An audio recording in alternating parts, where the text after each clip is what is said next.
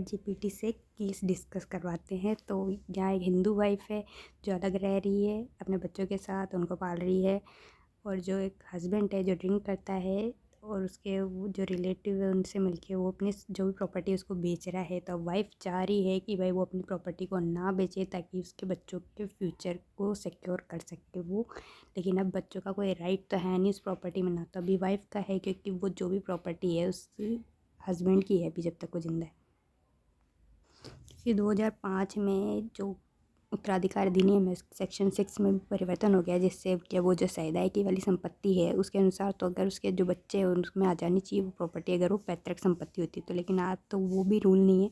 तो अब जो हस्बैंड है वो पूरा मालिक है उस संपत्ति का, लेकिन उसका एक ऑब्लिगेशन तो है कि वो बच्चों को और अपनी वाइफ को मेंटेन करे। अब मान लो बच्चे अगर मेजर हो भी जाते हैं तो भी वाइफ को तो मेंटेन करना उसका है ही लाइबिलिटी। लेकिन अगर बेटी है तो उसकी भी शादी जब तक नहीं हो जाती तब तक उसको मेंटेन करना है। लेकिन इतनी लाइबिलिटी होते हुए भी वो अपनी प्रॉपर्टी है सारी बेच रहा है क्योंकि उसके रिश्तेदार उसको चढ़ा दे रहे हैं। अब वो तो पीता रहता है तो और अकेले रह रहा है तो उसको समझ नहीं आता ये सब चीज़। लेकिन अब चलो आगे क्या सजेस्ट कर रहा है चैट जीपीटी वो देखते हैं। तो फादर की लाइबिलिटी है हमारे चिल्ड्रन को तो मेंटेन करने की और वाइफ को मेंटेन करने की। तो वैसे मन चाहे जैसे अपनी प्रॉपर्टी सेल तो नहीं कर सकता, लेकिन उसको राइट तो है प्रॉपर्टी सेल करने का। तो अब क्या कर सकती है वाइफ? सबसे पहले तो उसको मेंटेनेंस का केस डाल लेना चाहिए, 125 में डाल लो या फिर हिंदू लॉ में डाल लो आप। तो अभी जो हिंदू लॉ वाला है तो सिविल है तो हो सकता है ज़्यादा टाइम लगे, लेकिन जो क्रिमिनल केस डालोगे आप अब डालोगे बीएनएसएस की धारा 144 में, 144 में। और एक और केस डालना पड़ेगा आपको इंजंक्शन के लिए कि वो अपनी प्रॉपर्टी ना बेच पाए, क्योंकि उसके पास राइट मतलब कि भी ड्यूटी है एक मेंटेन करने की लोगों को, तो उसको ऐसे प्रॉपर्टी अपनी नहीं बेचनी चाहिए, वो फ्रॉड कर रहा है ऐसा करके। तो अब ये कैसे रोक सकते हो आप? टीपी एक्ट का सेक्शन 39 और 53 को हेल्प करेगा।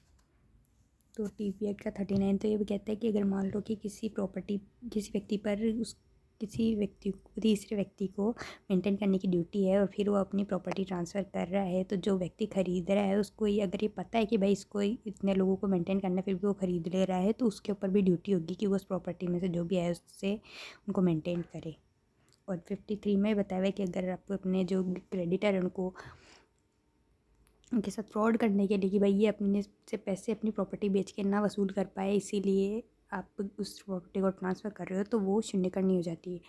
तो इन्हीं को यूज़ करना है उस वाइफ को। और चाहे तो वो डीवी एक्ट का भी केस डाल सकती है जिसमें वो रेजिडेंशियल ऑर्डर मांग सकती है, मतलब कि उस भाई हस्बैंड के घर में रहने का। लेकिन वो अलग ही रह रही क्योंकि वो हस्बैंड भी रहेगा वहाँ। लेकिन अगर हस्बैंड का कोई घर है जिसमें वाइफ रहना चाह रही है तो वो रह सकती है उसमें, और उस हस्बैंड को निकलवा सकती है वहाँ से कि वो अल्कोहल पी रहा है और दंगे वगैरह कर रहा है। तो और उसके अलावा मॉनेटरी रिलीफ तो मांग सकती है, पैसे मांग सकती है, प्रोटेक्शन ऑर्डर मांग सकती है अगर उसके साथ कोई क्रूरता वगैरह करे, और कोई भी कंपनसेशन मांग सकती है डीवी एक्ट में। तो लेकिन अगर वो वाइफ अलग ही रहना चाह रही है, वो अपने बल पर है वैसे तो उसको बस मेंटेनेंस का कर लेना चाहिए, और ये जो ट्रांसफ़र वो कर रहा है उसके लिए इंजंक्शन मांग सकती है। और जो ट्रांसफ़र उसने कर दिया किसी रिलेटिव को उसके लिए भी वो रेमेडी ले सकती है, लेकिन उस ट्रांसफ़र को अवॉइड करवा सकती है। तो बच्चों का फ्यूचर देखते हुए कोर्ट जो है उनको हायर मेंटेनेंस देना चाहिए ताकि उनका फ्यूचर भी सिक्योर हो सके।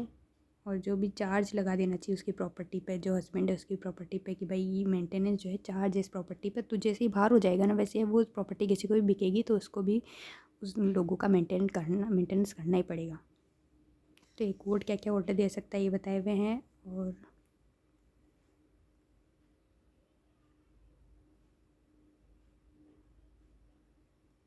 वापस वो क्या क्या कर सकते हैं ये बताया हुआ है। अब वो ड्राफ्ट देख लेते हैं अपन कैसा होगा।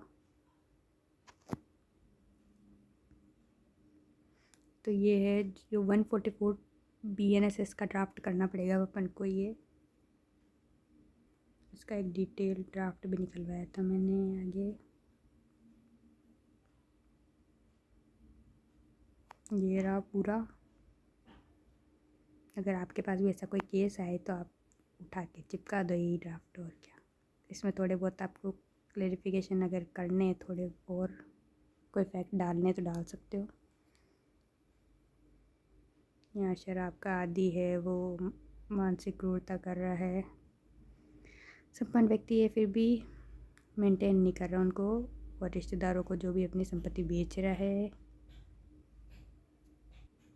अब यहाँ आय का अगर नहीं है तो नहीं लिख देना, और थोड़ी बहुत है लेकिन फिर भी वो फ्यूचर के लिए नहीं है पूरी, तो वो फैक्ट डाल सकते हो आप। प्रार्थना कर दो कि भाई इतनी मेंटेनेंस हमको चाहिए। आगे शपथ पत्र वगैरह लगेंगे तो लगेंगे। और ये है इंजंक्शन का, वो तो जाएगा भाई मजिस्ट्रेट के कोर्ट में, और ये सिविल सूट है। वैसे तो सब जो जजेस होते हैं वो मजिस्ट्रेट कम जज, मतलब कि सिविल कोर्ट दोनों होते हैं, तो दोनों एक साथ लग जाने चाहिए। ChatGPT से ये कह रहा है कि भाई साथ में लगा देना आपको, ये एक हफ्ते में लगा दो एक साथ ही, ताकि दोनों के साथ चल सके। तो ये निषेधाज्ञा के लिए स्थायी या फिर अस्थायी, मतलब कि जब तक केस चले जब तक तो अस्थायी निषेधाज्ञा लग जाए, बाकी चाहिए तो परमानेंट ही। इसमें वही फैक्ट डालने हैं आपको कि वह शराब पीता है, भाई नाबालिग बच्चे हैं और क्रूरता कर रहा है, तीसरे पक्ष को अपनी संपत्ति ना बेचे, भरण पोषण को निष्फल करने के उद्देश्य से वो बेच रहा है, तो आप इंजंक्शन ले दो। और ये ट्रांसफ़र एक्ट का, TP एक्ट का 53 जो है रोकता है ऐसे ट्रांसफ़र को, कपटपूर्ण है इसीलिए।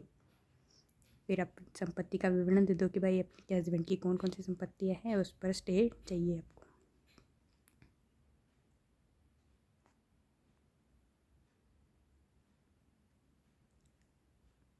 और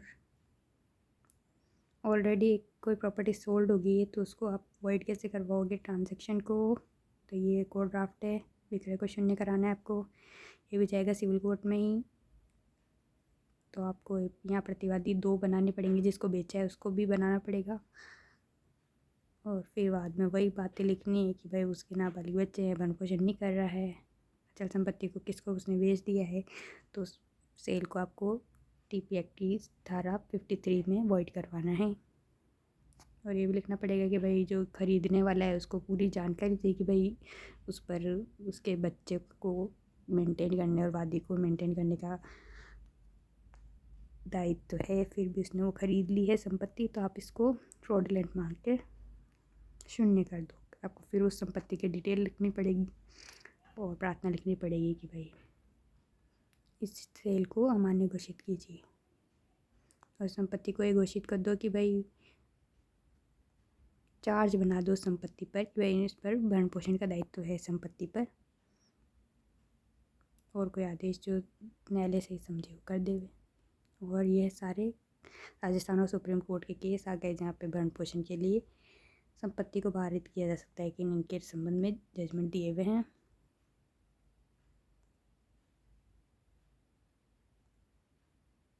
तो यहाँ रोका हुआ है पति को। बादशाह वैसे उर्मिला बादशाह कि भाई कपटपूर्ण तरीके से आप बच नहीं सकते इस दायित्व से, संपत्ति को छिपाना बेचना नहीं है आपको। विमल बनाम वीरस्वामी, अगर रिश्तेदारों को बेच दिए पति ने तो ये इसको पत्नी चैलेंज कर सकती है। और इस जजमेंट में राजस्थान हाई कोर्ट ने चार्ज बनाया संपत्ति पर माइनर चिल्ड्रन के हित में।